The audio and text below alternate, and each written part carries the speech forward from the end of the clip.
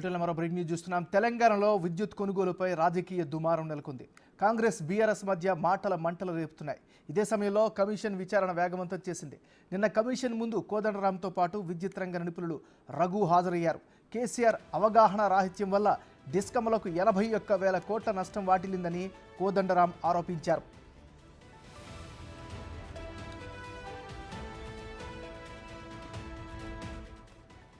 ఈరోజు కమిషన్ ముందుకు విద్యుత్ రంగ నిపుణులు వేణుగోపాలరావు, తిమ్మారెడ్డి హాజరు కానున్నారు. ఇవాళ్టితో కమిషన్ ప్రత్యక్ష విచారణ ముగియనుంది.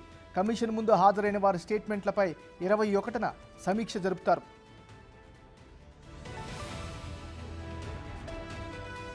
తెలంగాణలో విద్యుత్ కొనుగోలుపై రాజకీయ దుమారం నెలకొంది. కాంగ్రెస్ బీఆర్ఎస్ మధ్య మాటల మంటలు రేపుతున్నాయి. ఇదే సమయంలో కమిషన్ విచారణ వేగవంతం చేసింది. నిన్న కమిషన్ ముందు కోదండరాంతో పాటు విద్యుత్ రంగ నిపుణులు రఘు హాజరయ్యారు. ఇక ఇదే అంశానికి సంబంధించి మరింత తాజా సమాచారాన్ని మా రిపోర్టర్ వెంకట్ అందిస్తారు. వెంకట్, చెప్పండి, ఈరోజు కమిషన్ ఎదుట ఎవరెవరు హాజరవుతారు, వారికి సంబంధించిన అప్డేట్స్ ఏంటి, విచారణ లేకపోతే ఇన్పుట్స్ ఎలా సాగుతున్నాయి? విద్యుత్ కొనుగోలు అంశంలో ఇప్పటికే దాదాపు ఈ నెల చివరి వరకే అయితే మొత్తం విచారణ ముగుస్తుంది. ఎందుకంటే 100 రోజుల్లో నివేదిక ప్రభుత్వానికి ఇవ్వాలి కాబట్టి ఈ నెల చివరి వరకే విచారణకు తుదిగడువు ఉంది అని చెప్పుకోవచ్చు. ఇప్పటి వరకే దాదాపు విద్యుత్ సంబంధించి ఇటు ట్రాన్స్కో, జెన్కో అధికారులతో పాటు మిగతా అంశాలను కూడా చేస్తున్నటువంటి నేపథ్యం కనిపిస్తాం. అందులో భాగంగానే ఇప్పటి వరకే 25 నుంచి 30 మంది అధికారులను విచారించింది. ఇటు విద్యుత్ నిపుణులైనటువంటి ప్రొఫెసర్ కోదండరాము తో పాటు రఘు ఇద్దరిని కూడా నిన్న విచారించింది. ఇవాళ తిమ్మారెడ్డి, వేణుగోపాల్ ఈ ఇద్దరు కూడా విద్యుత్ నిపుణులు. ఈ ఇద్దరు కూడా ఇవాళ కమిషన్ ముందుకు హాజరవుతున్నారు. గతంలో కూడా ఏదైతే విద్యుత్ కొనుగోలు ఛత్తీస్గఢ్ సంబంధించిన అంశంలో విద్యుత్ కొనుగోలులో భారీ అవకతవకలు జరిగాయి, నిబంధనలకు విరుద్ధంగా అవకతవకలు జరిగాయి. దాంతో పాటు భద్రాద్రి, యాదాద్రి పవర్ ప్రాజెక్టుల్లో కూడా నిబంధనలకు విరుద్ధంగా ఈ పవర్ ప్రాజెక్టులు నిర్మితమవుతున్నాయి. దాదాపు బొగ్గు గనులకు దూరంగా దాదాపు 200 కిలోమీటర్ల దూరంగా యాదాద్రి పవర్ ప్రాజెక్ట్ నిర్మిస్తున్నారు. అటు భద్రాద్రి కూడా రేపు పోలవరం కడితే భద్రాద్రి పవర్ ప్రాజెక్ట్ కూడా పూర్తిగా మునిగిపోయే ప్రమాదం ఉంది. ఇట్లా ప్రతి అంశం కూడా నిబంధనలకు విరుద్ధంగా పవర్ కొనుగోలు కావచ్చు, పవర్ ప్రాజెక్టులు కావచ్చు జరిగాయి.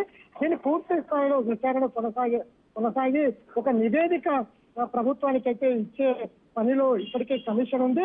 ఇప్పటి వరకు దాదాపు గత ప్రభుత్వంలో చేసినటువంటి ఇరిగేషన్ ఏదైతే విద్యుత్ సంబంధించిన చీఫ్ సెక్రటరీలతో పాటు అట్లనే ఎలక్ట్రిక్ ఇంజనీర్లు, దానికి సంబంధించిన పవర్ ప్రాజెక్టులకు సంబంధించిన ఎవరైతే విద్యుత్ సంస్థలు ఉన్నాయో పనులు చేపడుతున్నటువంటి బిహెచ్ఈఎల్, అంతకుముందు రతన్ టాటాకు సంబంధించిన ఇండియా బుల్ ఈ 2 కంపెనీలను కూడా విచారించేది ఉంది. కాబట్టి ఇప్పటి వరకు జరిగినటువంటి విచారణలు ఎవరైతే విచారణకు ఎదుర్కొన్నారో వారందరూ కూడా అఫిడవిట్ రూపంలో మొత్తం కూడా డేటా అంతా కూడా కమిషన్ కు ఇస్తున్నటువంటి నేపథ్యం ఉంది. ఇక మిగిలింది ఇప్పుడు పవర్ ప్రాజెక్టులకు సంబంధించి పిహెచ్ఈఎల్, తర్వాత ఇండియా బుల్ ఈ రెండు సంస్థలు కూడా విచారించే అవకాశం అయితే కనిపిస్తుంది.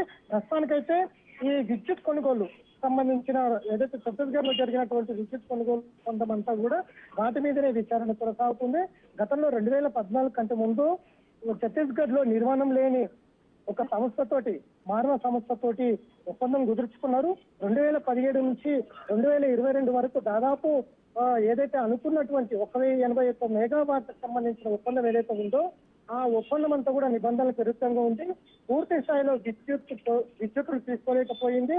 ఇప్పటి వరకే దాదాపు 81,000 కోట్ల రూపాయల అప్పుల్లో రాష్ట్రం ఉంది. విద్యుత్ సంబంధించి డిస్కామ్లన్నీ కూడా 61,000 కోట్ల అప్పుల్లో ఉంది. కాబట్టి వీటంతటి కూడా పూర్తి స్థాయిలో విచారణ జరిపించి అవన్నీ కూడా ఒక అఫిడవిట్ రూపంలో తీసుకొని చివరగా ఎవరైతే విచారణ ఎదుర్కొన్నారో దాదాపు 30-35 మంది పైన విచారణ ఎదుర్కొన్నారు. వీరితో పాటు ఇటు ఏదైతే సంస్థలు విద్యుత్ సంబంధించిన పవర్ ప్రాజెక్టు నిర్మిస్తున్నటువంటి సంస్థలు అందరూ కూడా ఒక దగ్గర ఓపెన్ డిబేట్ చర్చకు కూర్చుంటారు, ఎదురుగా జడ్జి ఉంటారు. అందరూ కూడా దానికి సంబంధించిన విద్యుత్ కొనుగోలు అంశం కావచ్చు, పవర్ ప్రాజెక్టుల నిర్మాణం కావచ్చు, ఈ అందరినీ కూడా ఓపెన్ డిబేట్ లో చర్చ జరిపే అవకాశం అయితే స్పష్టంగా కనిపిస్తుంది.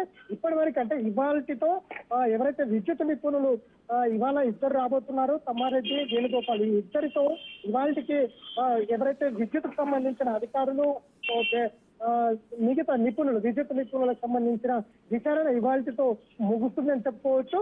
మిగిలింది బిహెచ్ఎల్, అట్లనే గతంలో ఇండియా బుల్ సంస్థ, ఈ రెండు సంస్థలు ఉన్నాయని కమిషన్ చెప్తా ఉంది.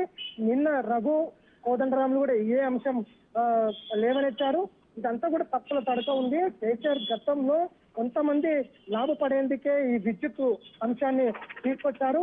ఇవంతా కూడా పూర్తి స్థాయిలో అవకతవకలు జరిగాయని కూడా నిన్న ప్రొఫెసర్ కోదండరాం, రఘులు కూడా కమిషన్ కి డేటా రూపంలో మొత్తం కూడా సమర్పించినటువంటి నేపథ్యం కనిపిస్తా ఉంది. కాబట్టి ఇట్లా ప్రతి అంశాన్ని క్షుణ్ణంగా పరిశీలించిన తర్వాత పూర్తి స్థాయిలో ఒక నివేదిక అఫిడవిట్ల రూపంలో ఉన్నటువంటి మొత్తం కూడా పరిశీలించిన తర్వాత ఆ అఫిడవిట్ల ఆధారంగా ఇంకా ఎవరికి నోటీసులు ఇవ్వాలి, ఇంకా ఎవరికైనా విచారణ చేయాలనేది అయితే కమిషన్ ఆలోచిస్తుంది.